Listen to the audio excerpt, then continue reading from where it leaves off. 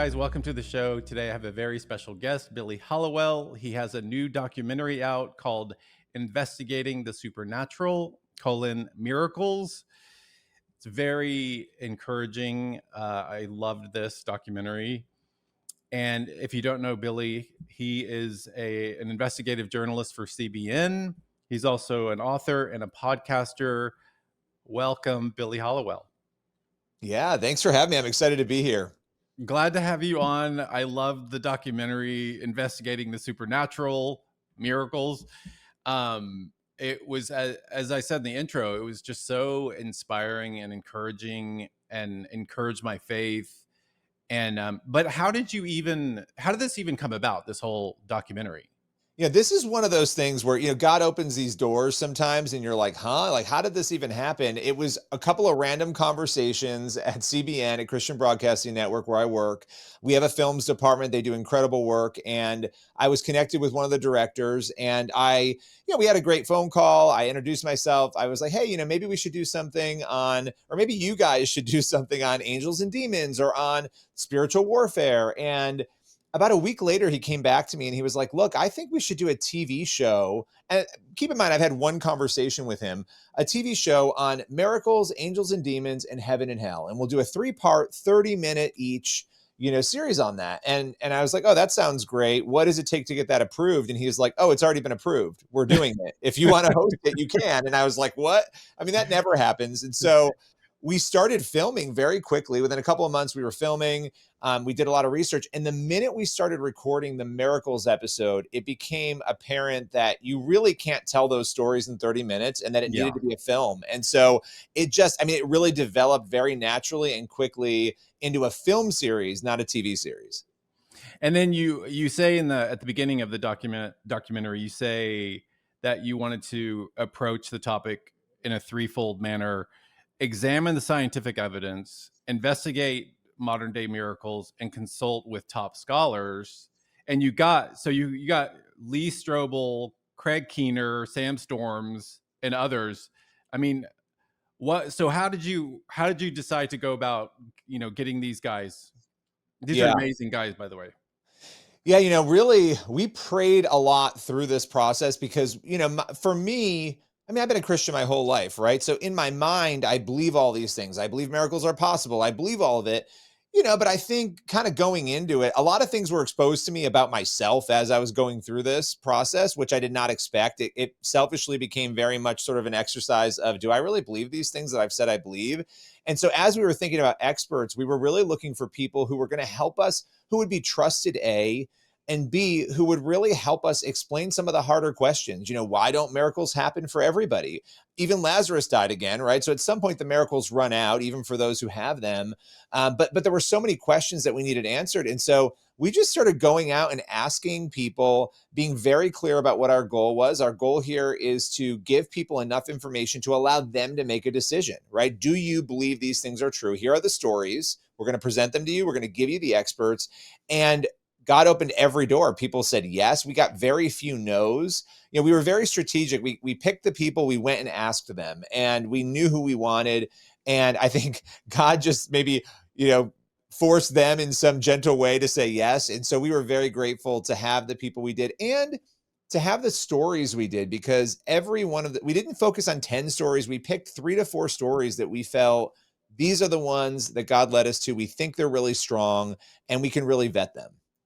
Yeah, I mean, and I've always believed in miracles since I became a Christian 15 years ago, because so many supernatural things happened to me. But one of the miracles that happened to me, I've talked about this before on my show, but I struggled with depression kind of my entire since I was a teenager, and it was mild depression, but it was definitely like I had the morning blues every morning, and it was a struggle to kind of get out of that every morning. So when I finally, when I was 35, I got on antidepressants, and it knocked it out immediately.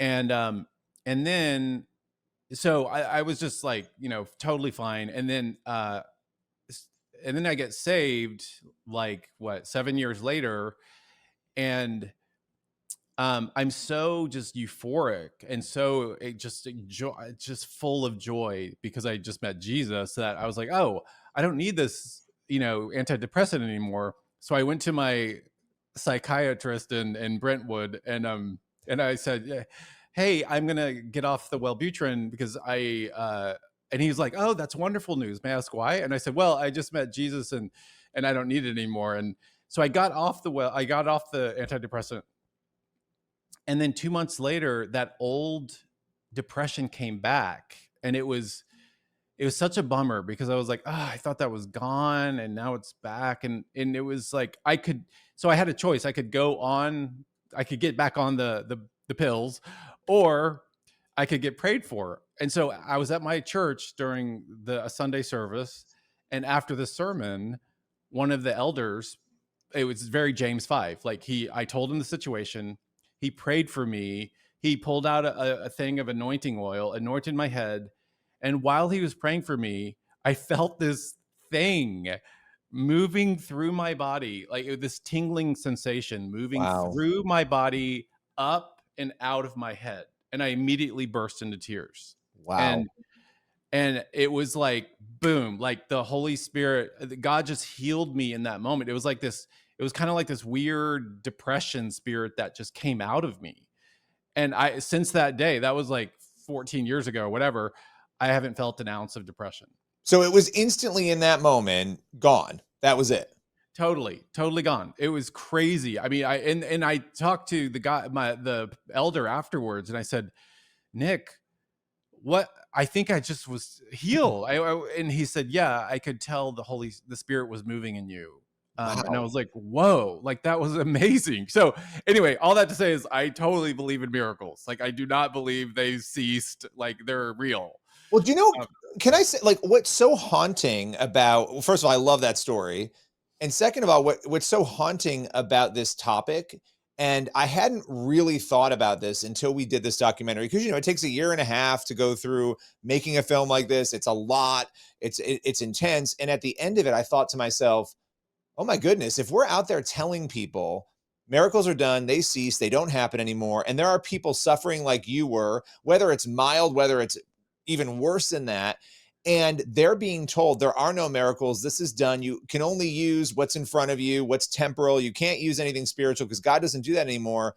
Are we trapping people who would potentially, and again, we don't always get healing, and we could talk about that obviously, but are we potentially trapping people in sickness, in illness, in mental affliction who could get healing because we're not willing to be open to the fact that God's still moving? And that has literally haunted me now for months as I continue to think, oh my goodness, that is such a dangerous philosophy to be so stringent on.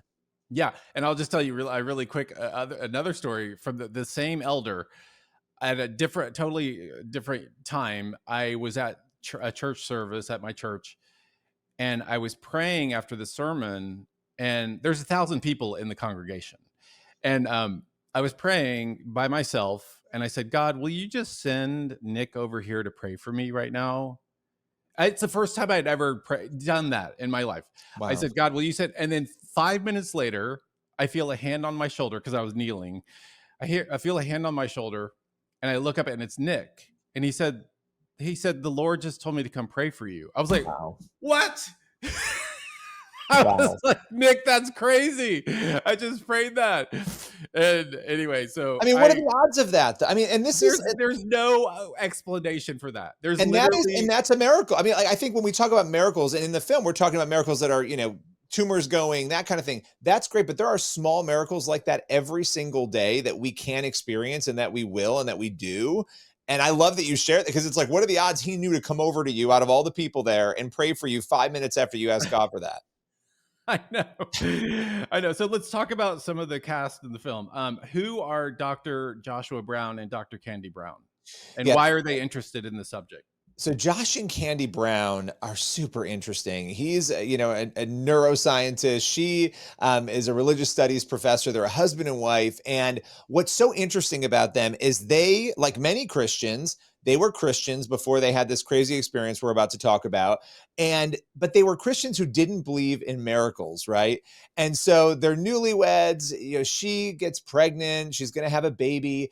And he has this horrific seizure one night, wakes up on his way to the ambulance. At first, they thought it was a one-off seizure. But remember, he's a neuroscientist. So the minute they do the MRI of his brain, he realizes when he sees the results that he has an inoperable, untreatable brain tumor. Okay, so that's what caused this seizure. And so you have these two Christians at the top of their life, right? Successful careers. She's about to have a baby, and he's finding out that he is going to die. There's nothing he can do to treat this tumor. There's no medical intervention. And so the two of them suddenly are sort of thrown into this situation where they have to make a choice. Are they going to be the Christians who don't believe in miracles, or are they going to fight every step of the way and try to get a miracle and believe for a miracle? And they chose that second option. And what makes them so interesting is that they're academics, both of them, right? They work at Mhm. a secular university, and yet they went on a journey. They actually had to say to their pastor, because the pastor came over to the house and said, you know what, I don't want you to be discouraged. You need to prepare to die, essentially, once this diagnosis came in. And they had to make a decision to say, we love you, we care about you, but we're going to find a new church. We're going to find new community. And they went on a journey, and I love this about them, around the country, going to prayer service after prayer service. So they went from people who didn't believe to people who were willing to go to every prayer service they could. And really kind of a crazy journey, because at first they didn't see anything change. They would do scans, and the tumor was still there. There was no growth, but there was no reduction. It was as bad as ever. But they were so desperate. And this really struck me. And I laughed when I first heard it. If they went to a prayer service and the pastor did not call them up, they would find out what hotel room he was in. They would pound on the door. He'd come out in his robe, and they'd be like, you need to pray over my husband, right? I mean, that's how devoted they were. And suddenly they started to see that tumor shrink to the point that that tumor was gone, and all that was left was scar tissue. To this day, he's tumor free. And again, there was no medical intervention whatsoever, because they couldn't, and there was no treatment outside of an epilepsy drug that he was taking, which wouldn't have shrunk the tumor. So anyway, that's a lot of information to say they had incredible faith, and they fought on and persisted to a miracle. And I love the story of Brian and Meg LaPoo, because if you can tell a little bit of that story, because I love how they just kept, especially his wife, they just kept going and getting prayed for. He said, I think he said like hundreds of times, and then Yeah. there was this one final time that Oh, can yeah. you tell the story? Yeah, I think the Lapoos are kind of the fan favorites of this document. I mean, everybody loves all of the subjects because they're all different, but I think especially Meg LaPoo, his wife, just the heart that she has. But yeah, so Brian LaPoo was a police officer in New Jersey, and it's like, it makes you think these freak things happen in life, right? Life can change in an instant, and he fell on the ice one winter and he broke his neck. And he was expected to be okay, but he wasn't okay. After a month, they said, oh, you'll go back to work. He could not only not go back to work, he had to have surgeries that left his hand completely shriveled up, that left him half of his body paralyzed. And for 10 years, he languished in pain and suffering and an inability to walk appropriately or properly. And during that 10 years, and this just goes to show us, from a Christian perspective, how you should never give up. I mean, this family never gave up. Now, Brian started to, but over Yeah. that 10-year period, they went to healing after healing after healing, as you said. But there was this one moment at the end where he said to his wife, he's like, look, I don't want another person praying over me, touching me. I'm done. I'm tired of this. And you can understand after 10 years why you would be discouraged. I mean, this guy had a migraine for like 3 years straight, which is, I can't handle it No, for it was 5 4 minutes. years. It was 4 Yes. years. Yes. I mean, it's insane. So they go to one more prayer healing, because Meg says to him, she's like, look, my birthday's coming up. It could be my birthday gift. I want to go to one more. I know you're tired of it. And what's so wild about this is it's on camera. His healing is captured on camera. We show it in the film. They go to this prayer meeting, and they're sitting there, and Meg now is getting frustrated because they're not calling Brian up. He's not getting called up to be prayed over. So she goes to the bathroom, walks out of the auditorium, and he says he feels as though somebody grabbed him from the back and pulled him out of his seat. He had a leg brace on that would help him walk. And he walks up to the front. He's prayed over. He collapses to the floor. And suddenly you see on camera, his hand starts to open. He's able to walk. He walks out of that auditorium that day without the leg brace on and never had paralysis again after being prayed over. And so it's one of those stories you say to yourself, what if you're an atheist, if you're a Christian who doesn't believe in miracles, what in the world happened that changed to allow this man who was half paralyzed to walk out healed that day? I know, and I think because I think healings in the eastern part of the world, like in Africa or whatever, their healings are kind of commonplace amongst Christians. But I think in the West, we've just become so jaded by, I don't know, our self sufficiency or something, that we don't really believe in miracles. Well, yeah, think about it. We have this is the interesting thing. When you're desperate and you're living in a place in the world where there's not medication, where you don't have PT, where you don't have all of these other things, or you don't have enough of them that you can rely on for healing, you're going to turn to God and you're going to do it more fervently. When you live in the West and you have and look, these things are great. Sometimes God heals through chemo. Sometimes he heals through medication. Sometimes he heals through doctors. But the point is, I think we've become so reliant on the temporal things that we have before us that we're actually no longer willing to even tolerate or consider that we need to be going to God and asking for that healing. Whether or not we get the healing on this side of eternity or not, the posture of going to God and trusting him fully for that, it exists a lot less here, even in some Christian circles, than it does in Africa and these other places where they have no other option. And so I think that's why you see the rate of healing be so much higher, reportedly in those regions and areas. Yeah, exactly. And okay, so here's another cast member. Who is Dr. Chauncey Crandall? Oh gosh, Dr. Crandall is pretty incredible. I mean, they all are. He is a cardiologist and an internal medicine doctor down in Florida.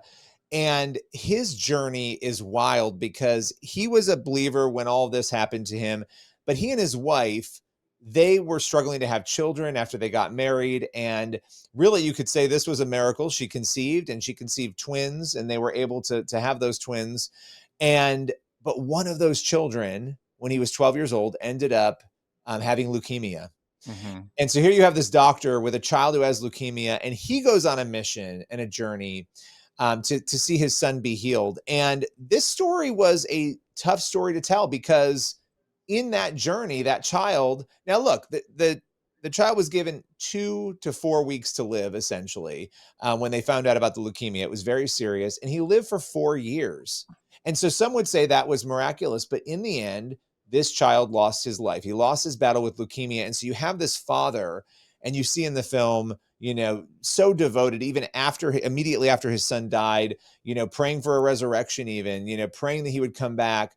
And being forced to make a decision between, am I going to be bitter? And we all face these situations in life. Am I going to be bitter over what I wasn't given, what didn't happen the way I wanted it to happen? Or am I going to lean into God and trust him more than ever? And he chose to lean into God and trust him more than ever. And the results of that are really incredible because he has become somebody who sees healings in his practice every single day, all the time, right? Because he remained open to God despite his own loss. And that really sparked him into this ministry. He now is helping so many other people. And so that journey really touched me. That was the one. They're all my favorite. I love all the stories, but that was the most unique one because it deals with the very real fact that not every miracle happens the way we want it to. Yeah, and I don't want to spoil too much, but in with Dr. Chauncey Crandall, there is a resurrection from the dead that happens. I, this story makes me laugh because I'm not going to lie to you. When we were in production and we're on our way to go and do this interview with a man who died and came back from the dead, I'm thinking, I know Lazarus happened. I believe in this, but this seems ridiculous. Is this true? Did this man really die for 40 minutes and come back from the dead? And and this is where the intersection with Crandall is so interesting because after his son's death, he's working in the hospital and he was an emergency room doctor at the time. And a man, cardiac arrest, has a heart attack at the hospital. It started before he got there. He gets to the hospital. He collapses in the hospital. And this man was dead for 40 minutes. Okay. They're trying to revive him. They're trying to bring him back. to no avail. They pronounce him dead. He's on his way to the morgue, essentially. They're about to ship him off to the morgue. And Crandall was there, Dr. Crandall, for all of this, or at least for the tail end of it when he wasn't able to be resuscitated. Crandall probably figures at the time, well, this situation's done. I'm going to move on. He's in the hallway walking away. And as he's walking away, he feels God say to him, go back and pray for that man. Mm-hmm. And he, at first he's like, the man's dead. I'm not going back to pray. But he listens to that prompting because he gets it again, turns back, prays over this man. And I won't go into all the details, but this man ended up, after they shock him again, coming back to life. Not only did he come back to life, and this seems like a statistical impossibility, was completely fine, was not brain dead, and we interviewed him for this documentary. He also had a near-death experience, which is pretty compelling and interesting during that encounter. So again, it makes you think, in what areas am I not believing God the way that I need to believe God in my own life, that these people are experiencing these incredible things? Yeah, and in general, the documentary and the people that you interview, it's not wacky at all. Like, these people are real, and you can tell that they're real and they're telling the truth. It's not like some, So it's Yeah. totally legit, and I just loved it. It did what after you did this whole. I mean, after you did this whole documentary, what did it do to you? I mean, did it strengthen your faith? What surprised you about this whole process? I am not even done processing it. I have to be honest with you, because it has kind of rocked every single thing that I thought, not everything. I mean, the core of the gospel I've always believed, and I still do, obviously, but it strengthened so many things, but also challenged a lot in me, because it made me say, would I fight for the same things? If I were terminally ill, or somebody around me would I battle as hard as these people did? Would I fight, or would I have thrown in the towel? And I think I probably would have thrown in the towel. If you were to say to me coming into this project, if this had happened to me, at some point I would have been like, okay, God, well, I guess you're done with me. I'm just going to give myself over. This journey is done. It really forced me to think about persisting in faith. We faced a lot of, and I don't use these terms lightly, spiritual warfare in addressing this project and dealing with it. There were very crazy things going on all the time, which made me laugh, because I thought miracles are so fun and this is so great. This is going to be and it ended up being, I wrote a book on the demonic, and it was peaceful. This was not peaceful, which was interesting. And it forced me to really think through a lot of different elements of, what we see in Ephesians 6, that we live in a spiritual battle, that there's good and evil, and that these things are very active. And so even though we were looking at such a positive topic, it came along with a lot of heaviness. And but the really cool thing for me, I think one of the challenges of being in journalism or working in that world, even when you're a Christian, you sort of separate yourself out from stories. So you can be like, oh, that's great for you. I'm going to watch it from back here and report on it, right? This forced me to say, do I hear the voice of God? And do I want to hear the voice of God? Am I doing what I need to be doing to hear that? And which has been pretty incredible. Yeah. Okay, so how can people? The film is available now, right? It is available now, and people can go, it's very simple, cbn.com/supernatural, and they can stream it and they can watch it. And I've been inviting people, by the way, and I'm happy to do this right now, and it's been pretty amazing. If you go to billyhallowell.com, fill out the contact form, send me your miracle story. I've been telling people, I want to hear miracle stories, like send them to us. Also, if you're interested in showing it at your church, we want people to go to cbn.com/supernatural. But if you're interested in showing this at your church, you can also go to billyhallowell.com and let me know that, and we'll get you set up to be able to do that as well.